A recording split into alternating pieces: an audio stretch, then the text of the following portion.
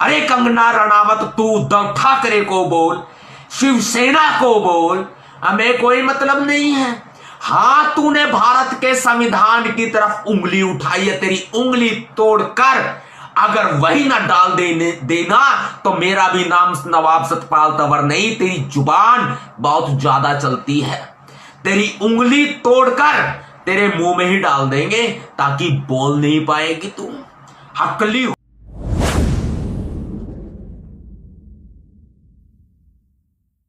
जिसका खुला सपोर्ट करते हैं, फिर नरेंद्र मोदी जी, अमित शाह जी इसको 22+ सुरक्षा दे देते हैं। क्यों भाई? बहुजन मीडिया ही आपकी मीडिया है। इसे मजबूत बनाने के लिए एक कदम बढ़ाएं, एक कदम भीम मिशन की ओर को सब्सक्राइब करने के बाद बेल आइकन अवश्य दबाएं। क्रांतिकारी जय भीम, जय भारत, नीला सलाम, जय संविधान, भीमसेना जिंदाबाद। देश बहुत इमरजेंसी के हालातों से गुजर रहा है, सभी देख रहे हैं टीवी में, न्यूज में, मीडिया में। बस किसान आत्महत्या करके जीवित हो चुका है, पुनर्जीवित हो चुका है।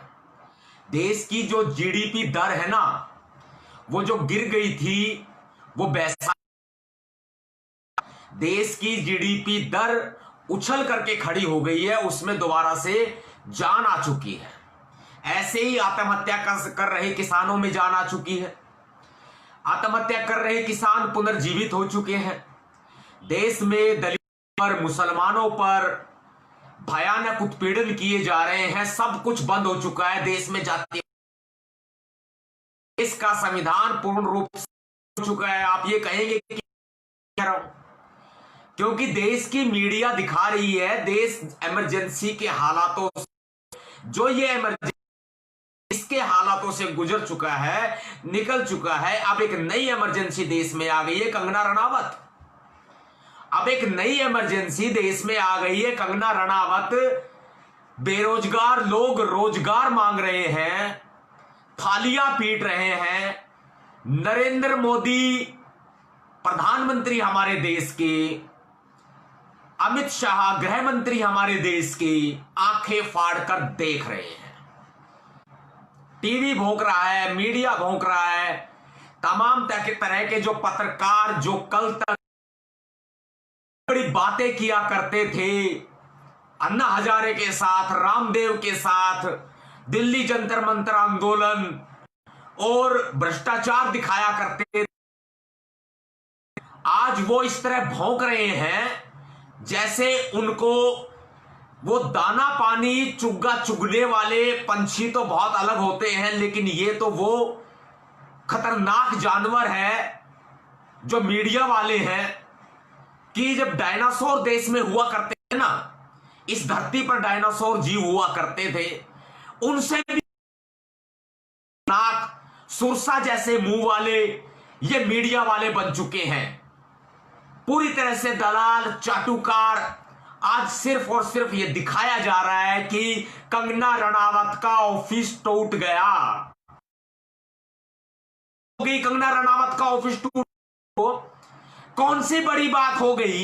एक देश को तोड़ने वाली नचनिया, एक संविधान को, भारत के संविधान को जातिवादी बताने वाली, संविधान का अपमान करने वाली नचनिया, उसका ऑफिस टूट गया। देश में बहुत बड़ी इमरजेंसी आ गई।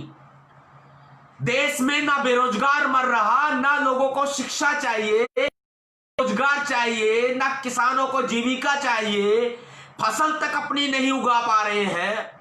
देश में इतने बुरे हालात हो चुके हैं, जीडीपी दर माइनस जा चुकी है, माइनस थर्ड डिग्री उसको चढ़ चुका है। और आज ये मीडिया तमाम तरह की चीजें दिखा करके देश का ध्यान भटकाने की कोशिश कर रही है। ठेका लिया हुआ है देश को बर्बाद करने का, देश को धरती में दफन करने का ठेका लिया हुआ है। कंगना रनावत देश की मालकिन है क्या? एक देशद्रोही है। वो धमकी दे, कल तक शेड्यूल कास्ट को, मूल निवासियों को धमकी दे रही थी, और आज ये धमकी दे रही है कि उद्धव ठाकरे तेरा घमंड भी टूटेगा। अरे कंगना रनावत, तू उद्धव ठाकरे को बोल, शिवसेना को बोल, हमें कोई मतलब नहीं है। हां, तूने भारत के संविधान की तरफ उंगली उठाई है, तेरी उंगली तोड़कर अगर वही ना डाल देना तो मेरा भी नाम नवाब सतपाल तंवर नहीं, तेरी जुबान बहुत ज्यादा चलती है।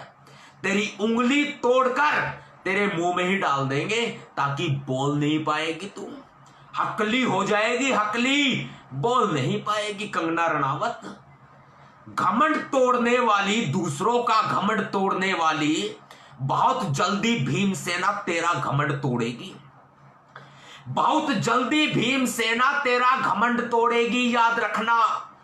दूसरों का घमंड तोड़ने वाली देश में, मैंने पहले बताया था इस बात को साथियों, मैंने पहले बताया था कि ये बीजेपी प्रायोजित है, ये आरएसएस प्रायोजित है, ये आरएसएस की पैदाइश है, ये गुफा की पैदाइश है, ये मैंने पहले बताया था। आप सोचिए, हरियाणा के गृह मंत्री अनिल विज इसका खुला सपोर्ट करते हैं, फिर नरेंद्र मोदी जी, अमित शाह जी इसको 22+ सुरक्षा दे देते हैं। क्यों भाई? जो बलात्कार पीड़िता है, देश में न्याय मांगने के लिए वो दर दर ठोकरें खा रही हैं, क्या वो देश की बेटी नहीं है? क्या वो देश की बेटी नहीं है? नरेंद्र मोदी प्रधानमंत्री जी, गृह मंत्री अमित शाह जी, नवाब सतपाल तंवर भैया जी पूछते हैं आपसे, क्या वो देश की बेटी नहीं है? की आवश्यकता नहीं है। आप जवाब नहीं दे सकते क्योंकि आपने कंगना रनावत एक देशद्रोही को तैयार किया है। तुम्हारा हाल ठीक वैसा ही है जब तुम्हारी पार नहीं बसाती थी ना, आजादी से पहले 2500 सालों पहले, जब तुम्हारी पार नहीं बसाती थी, सम्राट अशोक के वंशज जब तुम्हारे हाथ में, तुम्हारे काबू में नहीं आते थे तो तुम अप्सराओं को उतारते थे मैदान में, अप्सराओं को मैदान में उतारी पुरानी नीति रही है। जब देश पर मुगलों ने हमला किया था तो अपना वजूद बचाने के लिए, अपनी कुर्सी बचाने के लिए आपने ऐसी ही अप्सराओं को दांव पर लगाया था, ऐसी ही अप्सराओं को आपने दांव पर लगाया था। और आज आपने कंगना रनावत को उतारा है जिसके मात्र 1.25 इंची कपड़े होते हैं उसके शरीर पर, 1.25 इंची कपड़ों से अपना तन, इसमें ना कोई संस्कृति है, ना शर्म है, ना हया है, जो पूरे तरह से बेशर्म है, तुमने उतारा है। और आज 22+ सुरक्षा देकर के क्या साबित करना चाहते हो प्रधानमंत्री जी? आप 22+ सुरक्षा देकर के आप क्या साबित करना चाहते हो? देश किस तरफ जा रहा है? क्या अप्सराओं के सहारे से देश जिंदा रहेगा? क्या अप्सराओं के सहारे से भूखों को रोटी मिलेगी, गरीबों को रोजगार मिलेगा? क्या गरीबों को शिक्षा मिलेगी? अप्सराओं के सहारे से मिलेगी। आपने इस अप्सरा को उतार करके दिखा दिया है कि आज भी मनुस्मृति तुम्हारे जहन में जिंदा है। जब सम्राट अशोक के वंशज, जब सम्राट अशोक के राजा, उसके बराबर जो राजा थे, मूल निवासी जो राजा थे देश के, जब तुम्हारे हाथ में नहीं आते थे, जब तुम अप्सराओं को उतारने का काम करते थे, वो देश की सच्चाई आज मैं बयां कर रहा हूं, आज वही तुम दोहरा रहे हो, वही गुलामी का इतिहास दोहरा रहे हो तुम पूरे तरह से। और मैं अगर निजीकरण पर ना बोलूं तो बेईमानी होगा। निजीकरण ला करके तुम देश के संविधान को खत्म कर रहे हो, इसका विरोध भी बहुत जल्दी किया जाएगा। एक बहुत बड़ा महाआंदोलन इसके खिलाफ खड़ा किया जाएगा, निजीकरण के खिलाफ। हम लड़ेंगे, सरकार से 2-2 हाथ करेंगे, हम लड़ेंगे, पूरे तरह से लड़ेंगे। कंगना रनावत जैसी 100 आ जाए, हमें कोई फर्क नहीं पड़ता। हाँ, इतना तो तय है कि कंगना रनावत के सहारे से बीजेपी अपनी डूबती हुई नैया को संवारने का काम कर रही है। डूबती हुई नैया को बीजेपी संवारने का काम कर रही है। देश के प्रधानमंत्री नरेंद्र मोदी जी, आप देख रहे हैं देश में भ्रष्टाचार चरम सीमा पर पहुंच चुका है। और आज किस तरह से औरत का सहारा लिया जा रहा है देश को भटकाने के लिए।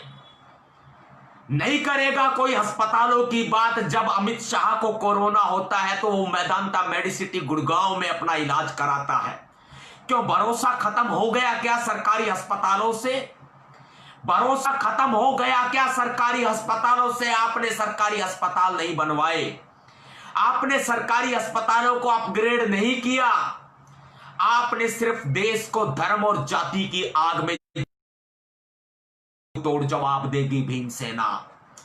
नरेंद्र मोदी जी, इस बात को कान खोल करके सुन लेना। और बहुजनों से मेरी रिक्वेस्ट है, यह आवाज बुलंद करने का काम आपका है और मुहिम को बुलंद करने का काम आपका है। मजबूती से लड़ाई को, जंग को तैयार करने का काम आपका है। लड़ेंगे हम, मुंह तोड़ जवाब देंगे हम। भीमसेना लड़ेगी पूरे तरह से, इस के साथ में दो दो हाथ करेगी और के साथ में अगर जड़ से मनुवाद को उखाड़ करके ना फेंक दिया ना, नवाब सतपाल तंवर नाम नहीं हमारा। जड़ से मनुवाद को उखाड़ करके फेंक देंगे हम, छोड़ेंगे नहीं। तैयारियां पूरी हैं, बस मजबूत करना है अपने साथियों को। हर तरह से सक्षम हो जाओ साथियों। कलम की पावर जहां ना चले ना, वहां दूसरी पावर भी चलाने के लिए आप लोग तैयार रहिए। बस आवाज उठाइए, आप रोड पर उतरिए, आप अपनी ताकत दिखाइए आप। क्योंकि हमारे समाज के साथ, आज बहुजन समाज के साथ बहुत गलत हो रहा है। अत्याचारों की पराकाष्ठा पार हो चुकी है। दलित भी दुखी और मुसलमान भी दुखी। दुखी तो जग सारा, किसान भी ना बख्शा इन्होंने, बेरोजगार का निकाल दिया दिवाला।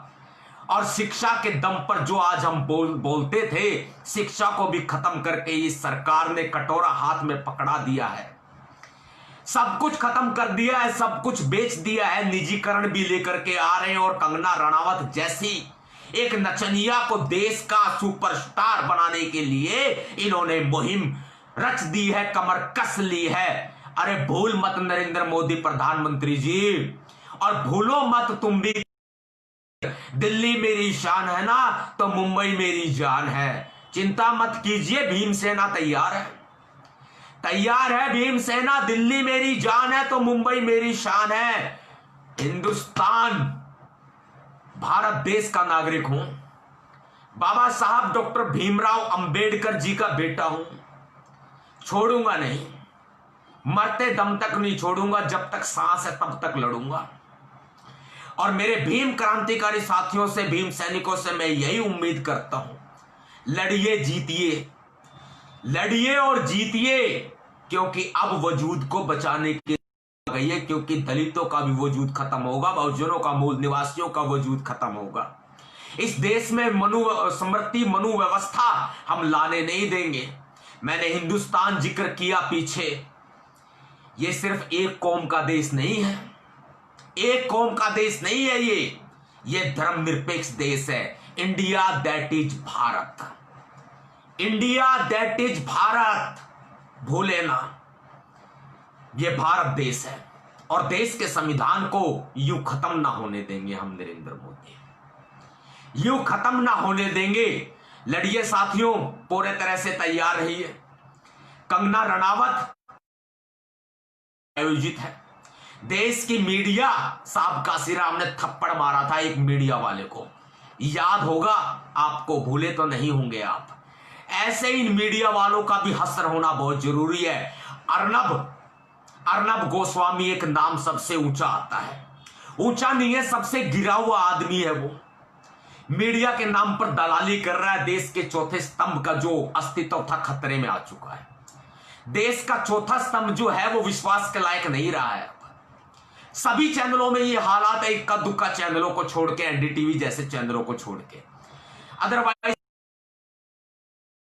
अर्नब गोस्वामी खुली चुनौती देता है तुझे नवाब सतपाल तंवर कि इतना तू बोलता है ना, जो मुंबई के बारे में, देश के बारे में, दलितों के बारे में, मुसलमानों के बारे में, प्रधानमंत्री नरेंद्र मोदी का गुलाम, बीजेपी का गुलाम, मनुस्मृति का चाटुकार, तुझे पाकिस्तानी भी नहीं कह सकते क्योंकि पाकिस्तानी भी तुझसे अच्छे हैं। अर्नब गोस्वामी तुझे पाकिस्तानी भी नहीं कह सकते, दोबारा बोल रहा हूं, क्योंकि पाकिस्तानी भी तुझसे अच्छे हैं। देश का भाईचारा बिगाड़ रहा है, तू आतंकवादी है, सबसे बड़ा आतंकवादी।